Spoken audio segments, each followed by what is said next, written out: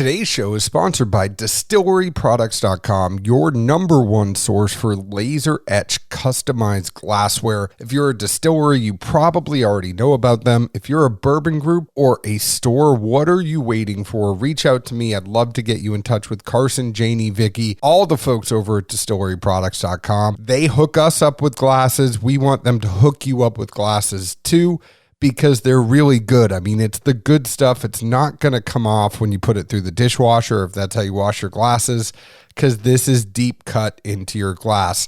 They have all sorts of things besides Glens. They have Glens too, but branch out. Check out some of the other stuff they have. I love the Perfect Dram. Find them at distilleryproducts.com. Feel free to reach out to me. I'd love to get you in touch with them. Today's show is also sponsored by our friends over at Orca Coolers, and they're going to help you make this the coolest summer ever. You know why?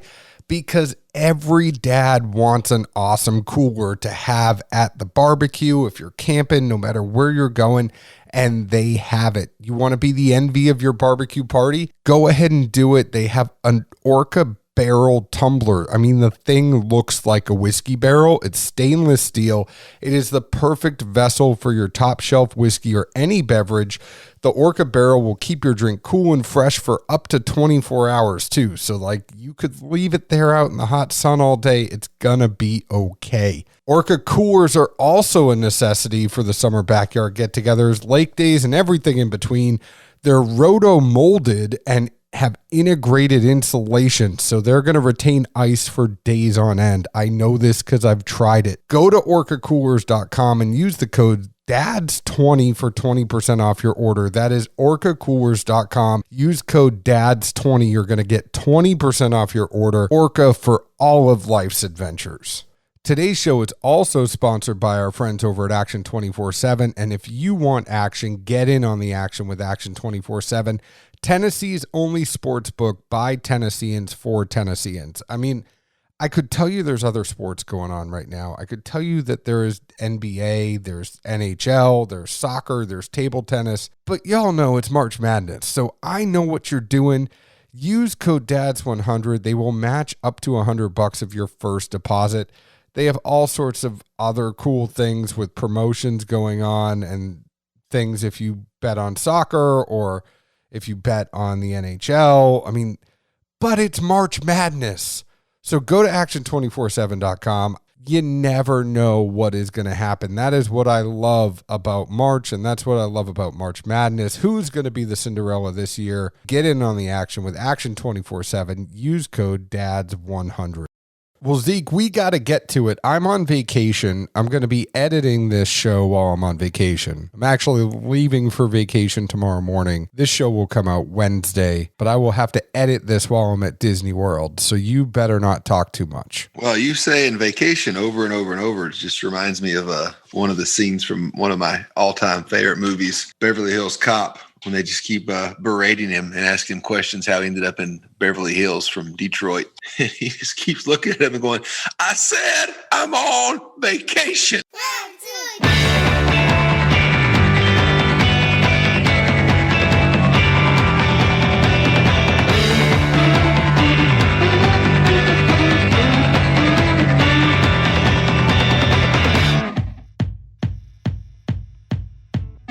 Hello, everyone. My name is John Edwards, and with me, as always, is Zeke Baker, and together we make the Dad's Drink of Bourbon. Wherever you are, whatever time it is, thank you for making us a part of your day. I am on vacation. I'm at like two places at once right now. I'm talking to you while I'm meeting with Mickey. It's kind of a crazy thing. So have you decided what you're going to wear tonight? You do the Cinderella supper thingamajigger? No, but I will tell you right now that I absolutely said I'm not wearing one of those Disney dad shirts. Why? I'm not going to wear those customized shirts that says like Disney dad. I know why. They don't have the customization. They don't have the You can't even say customization. You're going to try and troll my ass? Shut up. They don't have the customizable options you require these days, such as one size for the trunk and a smaller size for the arms. Listen, I am not editing this to make you sound good right there. I am going to leave that in there with you sounding like shit. That's a big word, damn it. Customization's a big word.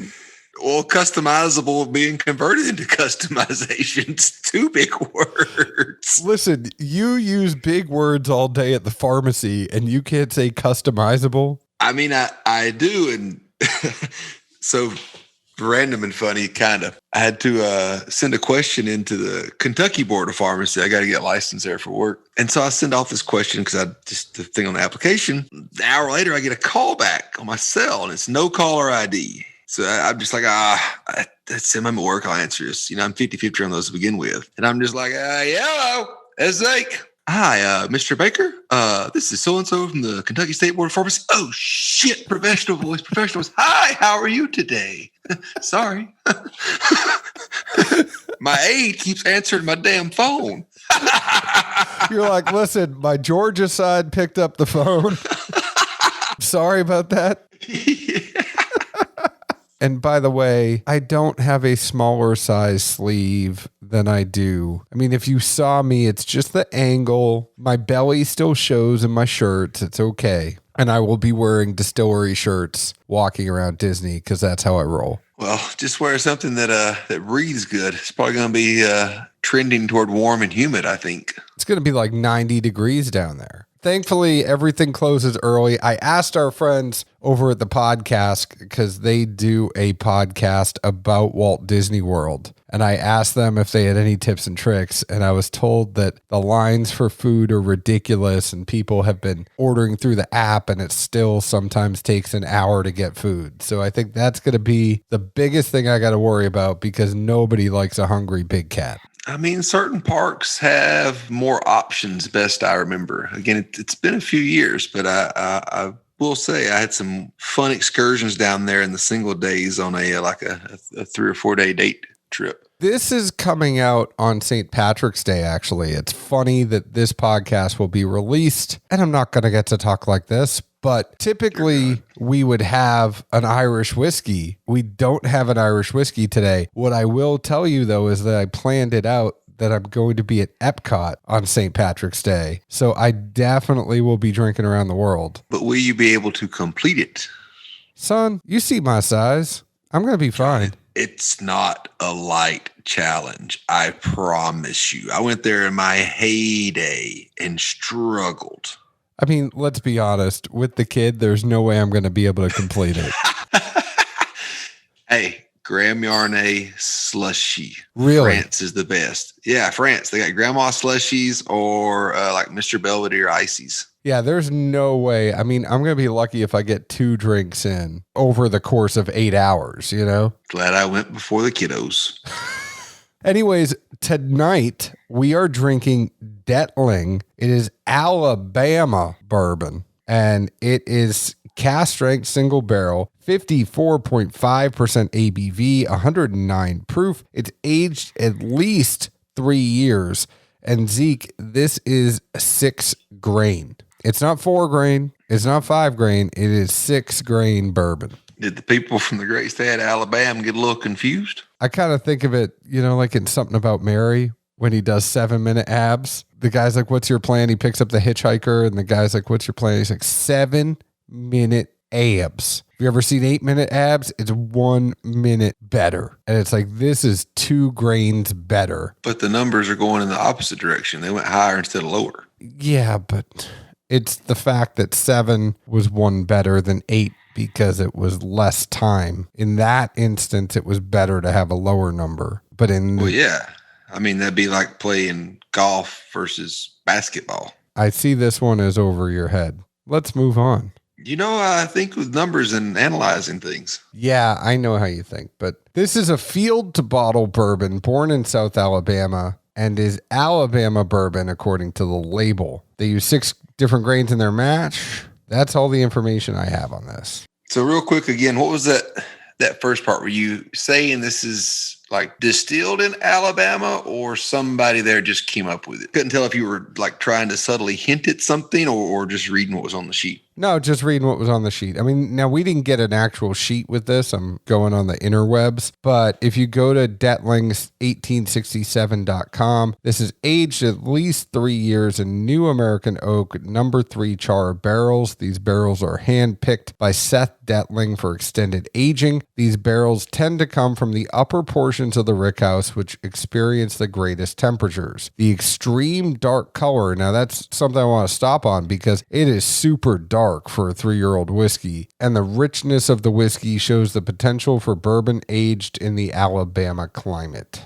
I mean, it might be dark for people from Alabama. If you look at this bottle, are you looking at this? For 3-year-old whiskey, that's super dark. Well, if you think back to, a conversation we had with Mr. Heath Clark some time ago, I remember him giving us a time frame of how much color the juice picked up as far as like early on. And I feel like he said in the first 6 months, the majority of the color that's imparted from the barrel into the white dog happens that fast. I don't know. I mean, if you go to certain walls at certain distilleries, you could see the aging process and see how dark it gets. It's still kind of, look at MGP. 3-year MGP is not this dark. I mean, I'm just telling you what's in my glass. It don't look no different than another whiskey I've had in a long time. Well, your ass can't even talk. I can't imagine that you could see. Have you been checked for glasses? I got 2010.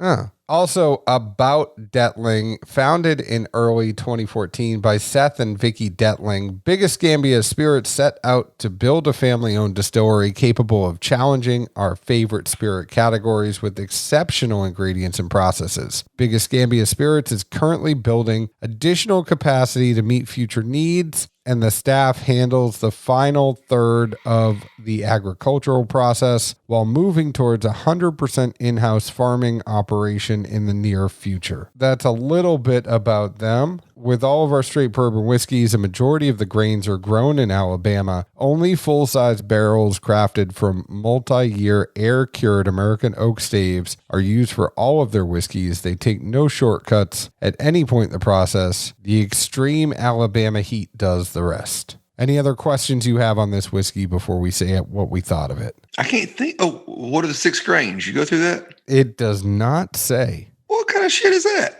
I'm just telling you, it does not say.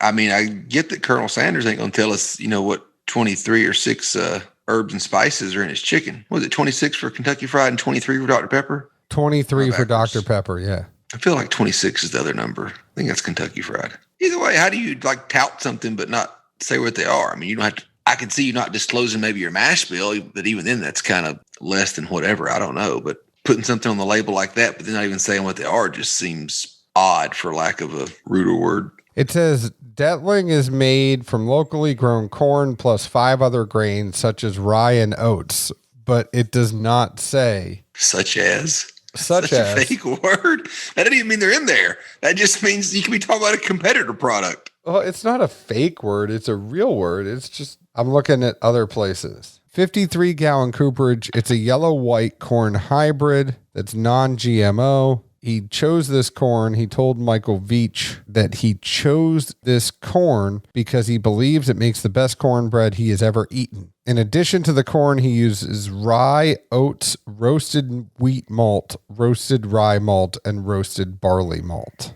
The flavoring grains make up about 30% of the mash bill, and the malts are all beer malts. The rye and the oats are bakery quality grains. He changed his barrel entry proof as he learned how the whiskey ages in Alabama. He started at 105, then went to 107, and is now at 110. Wonder if a pinch of sugar goes in with each barrel as well. Pops always told me the key to the cornbread is this extra pinch of sugar. It's not ever on the recipe, but you just got to know to do it. Anyways, what do you think about this one, buddy? Nose-wise, on a fast take here, since you're expediting us, I picked up, and this is pretty random, but corn initially. Then I felt like it kind of reminded me of smelling like a Bellini, and I literally think I smelled peach fuzz, not like when you're an adolescent, but like the fuzz off of some ripe peaches. Sometimes you kind of want to note what you don't pick up depending on what kind of stats you're given. But this being a cask strength product, I didn't pick up any heat or alcohol sensories at all. I mean, it doesn't burn the nose. It's not ethanol forward. I think for something 3.5 years. It's cask strength. So that's kind of noteworthy in my book some days. Palate wise, I'm honestly still kind of moving through this, so I may kick back something else at you after I give these initial notes and you have a turn at the plate. But again, similar to the nose, it's definitely corn forward at first. Then it gets kind of grainy. I don't mean that in a gritty sense. It's just you can kind of tell the fundamental aspects of it being a younger distilled product. I wouldn't say it's sawdusty, and that's why I put grainy, was to try and differentiate that. I don't necessarily love the word, but oh well. And it's definitely kind of got a, tea leaf type property as far as you get some sweets and a little bit of earthy flavor. It's definitely an unsweet tea and kind of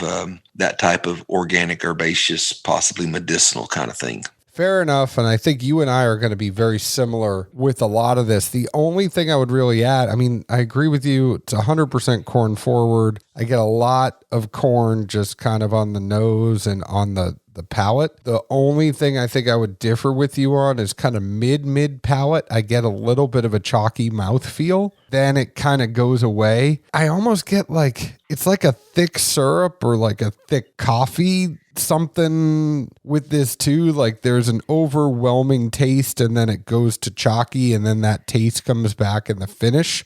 And it's thick, it's syrupy, it's not just but I mean, for 109 proof, there's absolutely no heat on this whatsoever. I think if this is something that's your jam and you like the taste of this, it's going to be something that you would be surprised at how easy it goes down. If you dig that kind of stuff, if you dig corn, I mean, you have to be able to deal with the chalky mouthfeel. We all know that is something that is one of those things like corn for you. The second I get a chalky mouthfeel, it's not my jam. And I just am really big on mouthfeel. I like a creamy mouthfeel more than anything. I definitely am digging the whole concept of what they're doing down there. I also know they're trying to figure out Alabama heat still, and they're still tweaking things. I can't wait to see what they do with this in the future. I also know that I just don't like a chalky mouthfeel. Yeah, that definitely hits 2/3 into the tongue for me.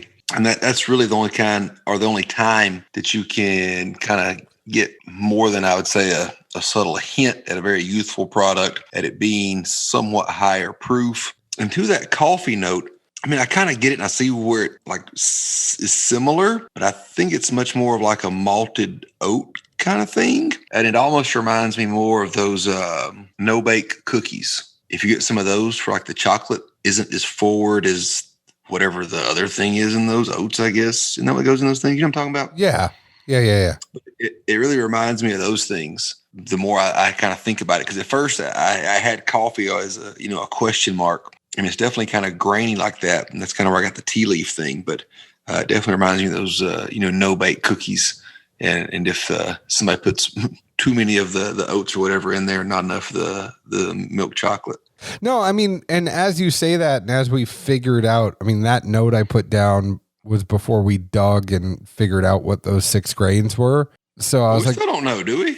Yeah, I just told you. All 6? Yes. Did you not listen? Where do you get these rhetorical questions? Corn, rye, oats, roasted wheat malt, roasted rye malt, and roasted barley malt. I turned off after you told me the some examples of or whatever, however you worded that.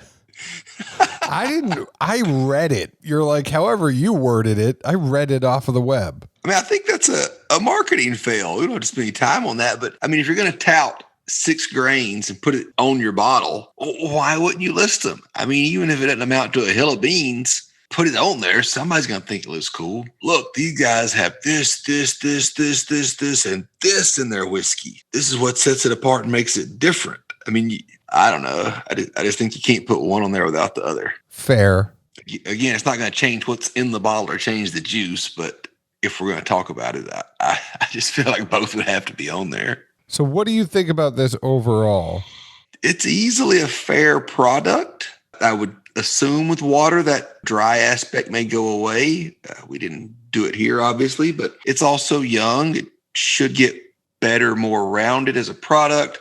The fact it's in 53 gallons, I think definitely helps because you don't get any aspects of just those smaller barrels that can be very nuancy. And also, if you're trying to put out a single barrel or let somebody pick one, more importantly, your window for that just moves or closes so much faster because the product's going to change so much faster. I'm not opposed by any means to seeing where this goes. And in a couple of years, if it's, rounded some corners, some of the, finishing, so to speak, aspects are there. And I don't mean like a finished barrel, but like most things, time seems to help. 3.5 years is young by anyone's standards. Now they do have a bottled and bond that will be coming out. So that's kind of cool.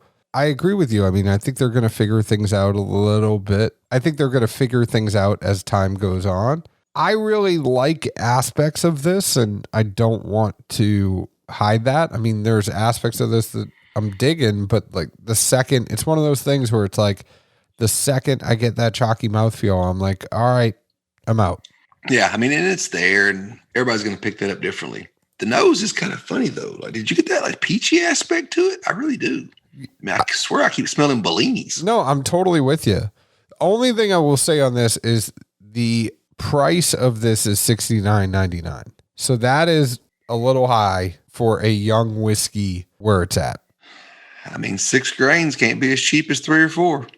No, and I agree that the production cost is going to be a little bit more right there. But no, regardless, I'm with you. That would be steeper than I would want to shell out of my own pocket for. But for 3.5 years, I would definitely say it's something to keep an eye on and see where and how it develops. I'm right there with you. Can't wait to hear more about it. Thank you, Seth, for sending this our way. We really appreciate it. Find us on Facebook at Dad's Drinking Bourbon, Twitter at Bourbon Dads, Instagram at Dad's Drinking Bourbon. Find us wherever you download your podcast. Chances are you already have because you're listening to us right now. Zeke, where else can the folks find us? Well, I am still in good old Nashville, Tennessee, and the big cat is meandering and or carrying his now happy 5th birthday, Sophia, around one of the Disney amusement parks. And I'm not bringing a stroller, so chances are she's on my shoulders. Cheers. What about a hover round? No. Ciao. I said it for you. You got to say it now. Ciao.